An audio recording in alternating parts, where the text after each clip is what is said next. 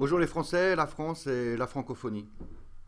Donc encore une vidéo en français aujourd'hui. Je vais juste me présenter un tout petit peu par rapport à la première vidéo en français que nombre d'entre vous ont vue, qui tourne toujours d'ailleurs sur l'internet. J'ai vu que beaucoup d'entre vous, Français, pensaient que c'était ma première vidéo, un coup de gueule d'un père isolé en face des problèmes du nucléaire et de Fukushima. Bon, je faisais des vidéos depuis le début des explosions, depuis 4 mois. Je faisais des vidéos en anglais. Donc c'est pour ça que beaucoup de francophones n'ont pas vu mes vidéos. Voilà, la vidéo que vous avez vue la semaine dernière, il faut se réveiller contre le nucléaire, n'est absolument pas un coup de gueule comme ça, spontané. C'est une vidéo qui suivait 40 ou 50 vidéos que j'ai fait sur Fukushima. Toutes ces vidéos ont disparu de mon channel de YouTube, on ne sait pas pourquoi ou comment. Et franchement, ça ne m'intéresse même pas de le savoir. Nous sommes sur l'internet, donc de toute façon, les gens copient les liens. Mes vidéos sont, on peut encore en voir plein sur des channels d'autres personnes qui ont recopié ces vidéos, etc. Donc je faisais des vidéos au jour le jour de la situation au Japon. Je vivais là-bas. Je suis en France depuis une semaine. Et nous sommes le 7 juillet 2011. Voilà, donc je pense que ça suffit pour la présentation. Ce qui m'est arrivé à moi personnellement, à ma famille, n'a pas vraiment d'importance en face de l'ampleur de la catastrophe de Fukushima. Donc je vous propose de continuer les updates à partir de maintenant, donc du 7 juillet. Alors, dans les vidéos que j'ai fait, on m'a posé beaucoup de questions. Pourquoi j'ai fait les vidéos? Il n'y a pas de raison, hein. J'habitais simplement à 200 km de Fukushima Daiichi. Donc, il n'y a pas de raison derrière faire ces vidéos. Simplement, j'ai essayé d'avoir plus d'informations, puisque les informations n'étaient pas rapides, elles n'étaient pas précises. Donc, voilà, j'ai fait des vidéos pour tenir les gens au courant de la situation ici. Et par la même occasion, ça m'a permis moi-même d'apprendre beaucoup de choses par l'intermédiaire de personnes dans plusieurs pays du monde qui échangeaient des informations. Et voilà, donc il n'y a pas de raison derrière, c'est simplement, c'est comme ça, si on habite à côté d'une centrale qui explose, hop, excusez-moi, je fais une petite parenthèse parce qu'il y aura toujours quelqu'un qui va me dire la centrale n'a pas explosé, hein, les moteurs ont fondu, simplement, vous voyez, ils jouent avec les mots, c'est de ça qu'on va parler aujourd'hui. Voilà, alors que pourtant, il y a des vidéos partout, hein, les réacteurs ont il y a bien eu des explosions dans les réacteurs, bien sûr, c'est soi-disant le cooling system, le système de refroidissement qui aurait explosé donc. Et ensuite, comme le refroidissement n'a pas pu être effectué, les, les fuels ont fondu dans les réacteurs. Donc oui, effectivement, on peut jouer avec les mots, dire ah non, le réacteur n'a pas explosé. Vous voyez. Pourtant, il y a des vidéos, hein, on voit bien 3 explosions, dont l'explosion du réacteur numéro 3 qui ressemble à un champignon nucléaire. C'est le réacteur qui contenait du MOX fuel, hein, du plutonium, et on voit bien un champignon noir nucléaire, hein, enfin je sais pas. En tout cas, moi c'est ce que je vois. Et ensuite des meltdowns, donc les réacteurs fondus. Donc vous voyez, jouer avec les mots, c'est vraiment le truc, le seul argument qui reste à l'industrie nucléaire actuellement, c'est de jouer avec les mots pour essayer d'induire en erreur les gens. Les gens, c'est vous et moi, hein, c'est les gens simples, les gens, les familles, les célibataires aussi, hein, les gens simples, on va dire. Voilà, moi je suis un mec simple, je suppose que ça s'entend dans mon vocabulaire. Donc le but de cette industrie, c'est de nous induire en erreur. Il faut absolument nous donner aucune information. Et quand ils sont forcés de lâcher quelque chose, il faut absolument ne pas être précis. C'est très important pour eux parce que s'ils deviennent précis, alors les gens vont commencer à se poser des questions et les gens vont commencer à se dire, bah tiens, on n'en veut peut-être pas du nucléaire, on n'en a peut-être pas besoin, on n'en est peut-être pas dépendant comme ils aimeraient nous le faire croire. Alors, pour vous montrer ça, je vais vous démontrer ça par un exemple très simple. Dans ma vidéo en français, je me souviens des commentaires. Quelqu'un qui m'a dit, par exemple, Areva n'est pas TEPCO. Alors ça, c'est la spécialité de l'industrie nucléaire, de faire une comparaison totalement incomparable. Areva n'est pas TEPCO. Sous-entendu, les problèmes que TEPCO sont en train de faire actuellement et l'incapacité de TEPCO à maintenir la situation ne serait pas possible avec Areva. C'est ce que ça sous-entend. Puisque, évidemment, Areva, c'est le meilleur. Là, je prends Areva au hasard, hein, j'aurais pu prendre quelqu'un d'autre. Donc, voilà, Areva n'est pas TEPCO. OK? Alors, vous voyez, pas besoin d'étudier fort pour ça. Je peux faire ce genre de comparaison, moi aussi, sans avoir fait de grandes études. En voilà quelques-unes comme ça. La Terre n'est pas la Lune. L'océan Pacifique n'est pas l'océan Atlantique. Le Japon n'est pas l'Amérique. La Sibérie n'est pas l'Auvergne. Vous voyez, un poisson n'est pas un cochon, une vache n'est pas une brebis. Hein. On peut en faire plein comme ça, vous voyez, c'est très simple, pas besoin d'avoir fait des hautes études. Alors maintenant, j'aimerais que vous remettre dans le contexte, puisqu'on parle en français maintenant. Ce que j'ai fait sur mes vidéos, ce qui n'a peut-être pas trop plu en fait, c'est que j'ai fait ressortir un peu les mensonges, essayer d'expliquer un peu aux gens comment les mensonges du nucléaire se font, comment on imprime les mensonges et comment les gens les croient. C'est surtout ça que je faisais et c'est ce que je vais continuer de faire d'ailleurs de suite. Alors, toutes les informations qui sortent sur Fukushima peuvent être considérées comme des mensonges. Hein, tout ce qui est dans la presse, il y a plus de moitié de mensonges. Tout ce qui concerne les radiations, les chiffres, les dangers, etc., la minimisation du problème, c'est un mensonge. Donc à partir du moment où vous rapportez ces informations, vous rapportez des mensonges. Hein. Il faut interpréter vous-même. Donc vous voyez déjà, on en est là. Par rapport à Areva n'est pas TEPCO, voyons ça. C'est comme Fukushima n'est pas Tchernobyl, hein, vous l'avez tous entendu au début de la crise nucléaire. Fukushima n'est pas Tchernobyl. Donc Areva n'est pas TEPCO. Vous voyez, c'est exactement la même comparaison, ça ne veut strictement rien dire. D'ailleurs, je vais vous expliquer pourquoi Areva n'est pas TEPCO. TEPCO n'est pas un monopole d'énergie nucléaire au Japon, à la différence d'Areva. Donc déjà, oui, effectivement, ça fait une grosse différence. Areva, c'est un monopole ici, il n'y a que eux qui produisent l'énergie nucléaire, alors qu'au Japon, TEPCO produit l'énergie nucléaire seulement pour Tokyo. Il y a environ une douzaine de compagnies nucléaires au Japon, une douzaine de petites compagnies. Chaque région a sa compagnie d'énergie nucléaire. Hein. Il y a Kyushu électrique, Shobu électrique, TEPCO, etc. Et il y en a une douzaine. TEPCO, c'est Tokyo Electric Power Company, comme son nom l'indique, Tokyo Electric Power. Okay. Donc TEPCO fournit l'énergie nucléaire pour la région de Tokyo, qui englobe environ, rien que dans Tokyo, 30 millions de gens à peu près. Donc TEPCO doit fournir l'électricité pour environ 40 ou 45 millions de personnes. Donc effectivement, Areva n'est pas TEPCO. Areva est beaucoup plus puissante que TEPCO. De plus, si un problème arrive avec Areva, le problème risque d'être national en France, puisque c'est un monopole, c'est le monopole qui fournit l'énergie nucléaire. À la différence qu'au Japon, si TEPCO tombe, après cette histoire, si TEPCO fait faillite, ou si on les lapide, hein, si on les lynche, alors il y a quand même d'autres compagnies capables de produire l'énergie nucléaire. Et d'ailleurs, lorsque j'étais à Tokyo encore le mois dernier, les autres compagnies ont produit l'électricité pour Tokyo et les environs, puisque actuellement, il faut savoir que tous les réacteurs de TEPCO sont fermés, actuellement. Ce ne sont pas seulement les réacteurs de Fukushima, les autres aussi. Tous les réacteurs que TEPCO contrôle sont fermés actuellement. Donc vous voyez, Areva n'est pas TEPCO, c'est certain. Alors, autre chose. Aujourd'hui, l'information 7 juillet, c'est le mensonge.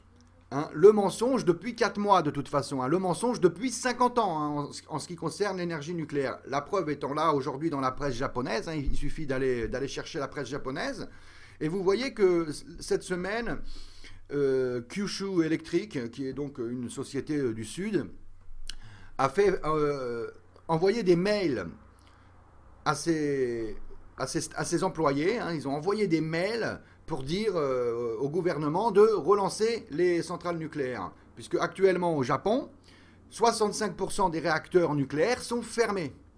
Je répète, 65% des réacteurs nucléaires sont fermés en ce moment au Japon le 7 juillet 2011.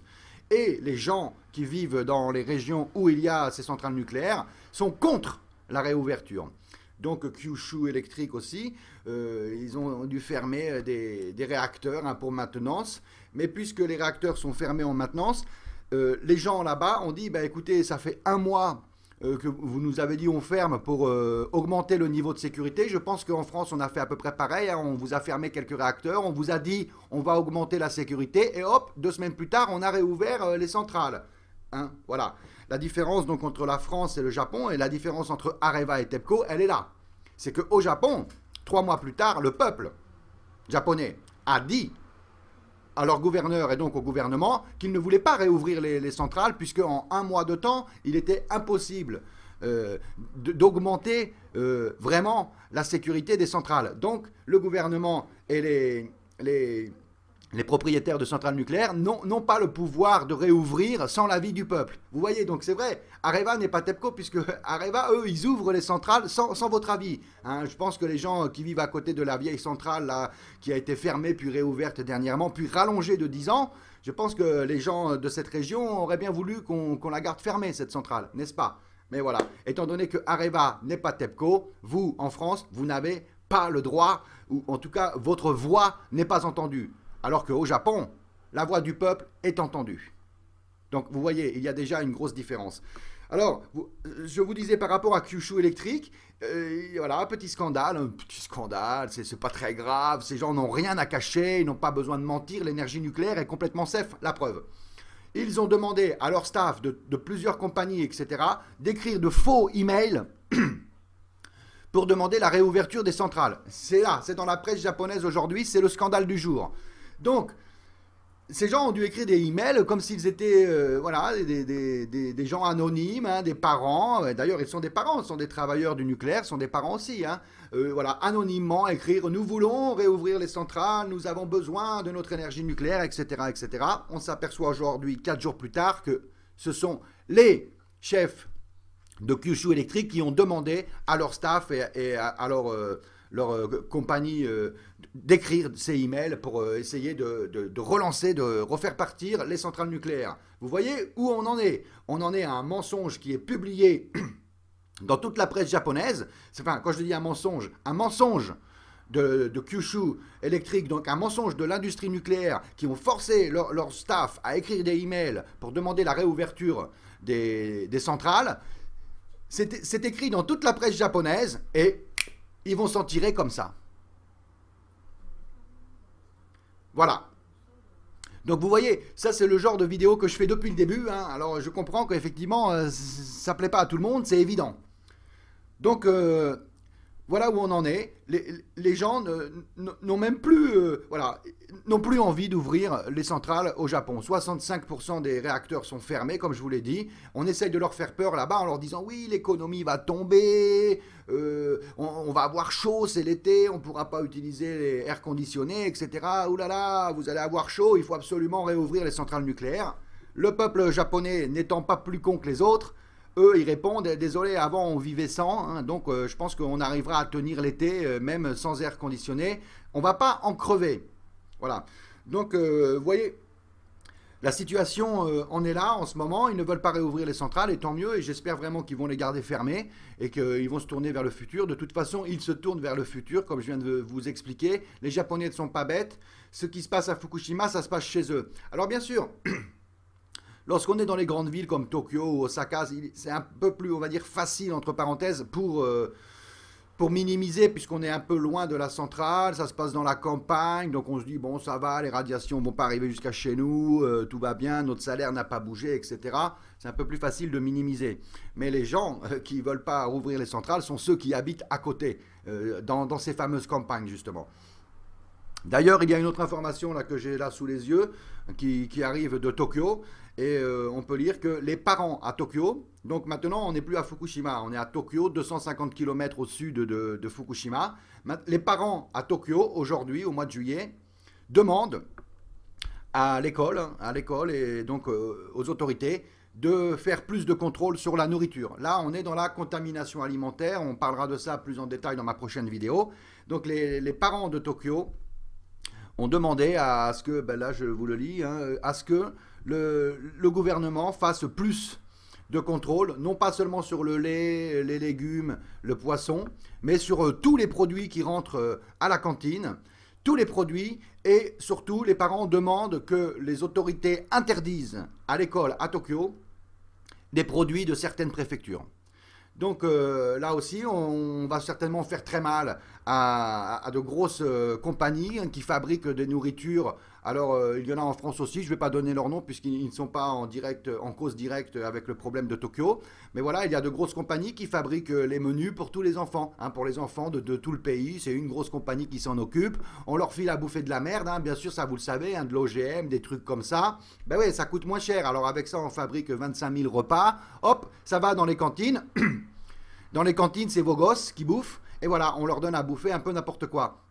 Donc là, à Tokyo, ils demandent plus de sécurité là-dessus. Ils veulent savoir exactement la provenance de tous les produits que leurs enfants vont manger. Alors tous les produits, ça veut dire aussi le sel et le poivre qu'on trouve dans les sauces, hein, tous les trucs déjà préparés, les trucs importés aussi. Enfin, ils veulent tout savoir. C'est pour vous expliquer un peu le niveau, le degré de ce qui est en train de se passer.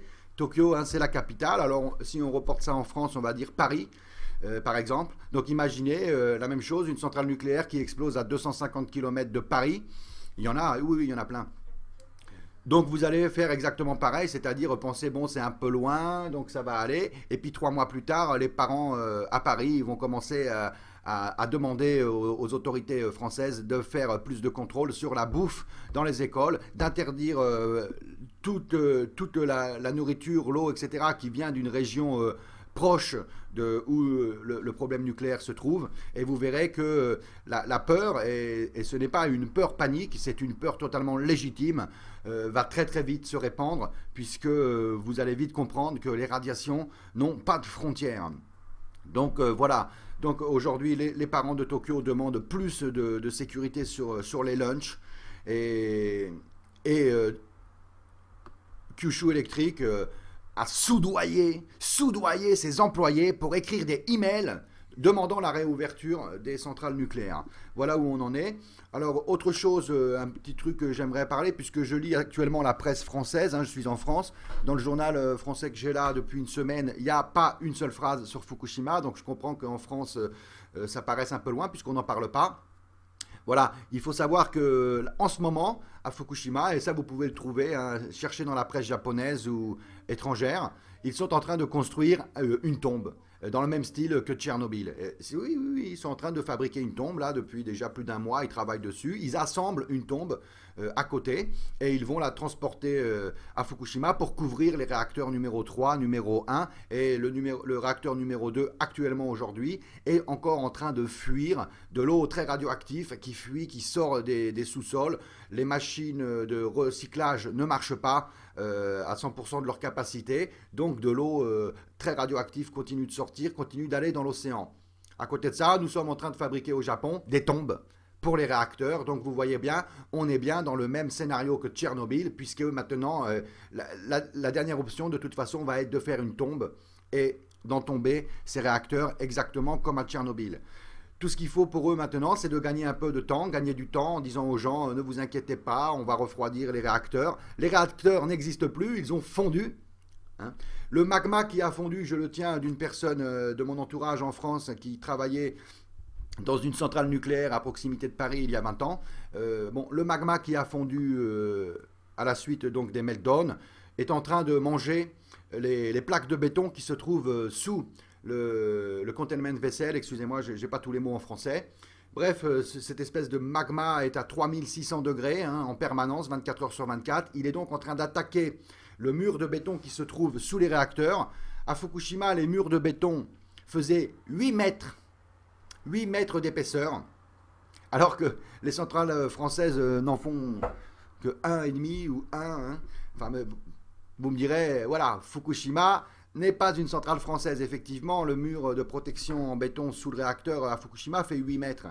Et ce magma est en train de bouffer les 8 mètres. Et ils sont tous d'accord pour dire que le magma va sortir, va finir par complètement grignoter les 8 mètres de béton et se retrouver donc dans la terre en dessous.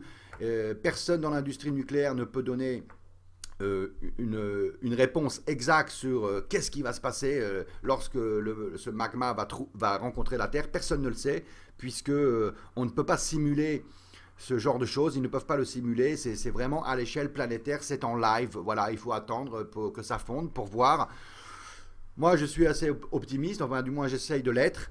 Et je me dis que bon, ça va percer le béton, ça va se retrouver dans la terre, et donc ça va contaminer la terre là-bas sur une grosse région. Voilà, j'espère que ça n'ira pas plus loin au niveau des conséquences. Malheureusement, personne ne peut vraiment dire qu'est-ce qui va se passer lorsque le magma aura percé le béton.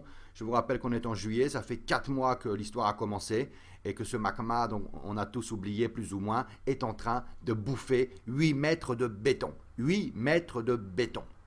Voilà le produit auquel on parle.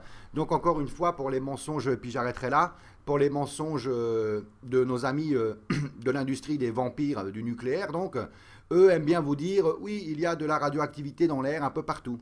Ce qui est tout à fait vrai. Il y a des atomes partout, hein. C'est là qu'on prend les atomes, c'est dans la nature, hein. Mais on n'est jamais irradié au plutonium dans la nature. Le plutonium n'existe pas dans la nature. Les atomes qui sont relâchés actuellement dans l'atmosphère sont des trucs qui n'existent pas. Ça se fabrique dans les centrales nucléaires par fission entre plusieurs atomes. Pouf, quand ils se rencontrent, ils fabriquent d'autres trucs comme le plutonium, etc. Nous reviendrons sur le plutonium puisque c'est c'est pourquoi on a besoin de centrales nucléaires. En fait, c'est pour fabriquer du plutonium. Ça ne se fabrique que dans les centrales nucléaires. Vous me direz, mais pourquoi fabriquer une telle merde? C'est très simple. C'est pour fabriquer de l'armement, des bombes atomiques, des trucs comme ça. Donc le plutonium est très important pour ces vampires, puisque ça se revend aux dernières nouvelles à 5000 $ le gramme sur le marché international. Donc voilà, au niveau de la contamination, on en parlera plus tard. Je ne vais pas faire une vidéo trop longue. Et je vous dis donc à bientôt. Restez branchés puisque il y a beaucoup de choses à dire et on ne peut pas en faire le tour en quelques vidéos. Donc, ah oui, pardon, pour finir, cette histoire de radioactivité naturelle, il faut absolument que vous arrêtiez de croire à ça. On ne parle pas de radioactivité naturelle maintenant.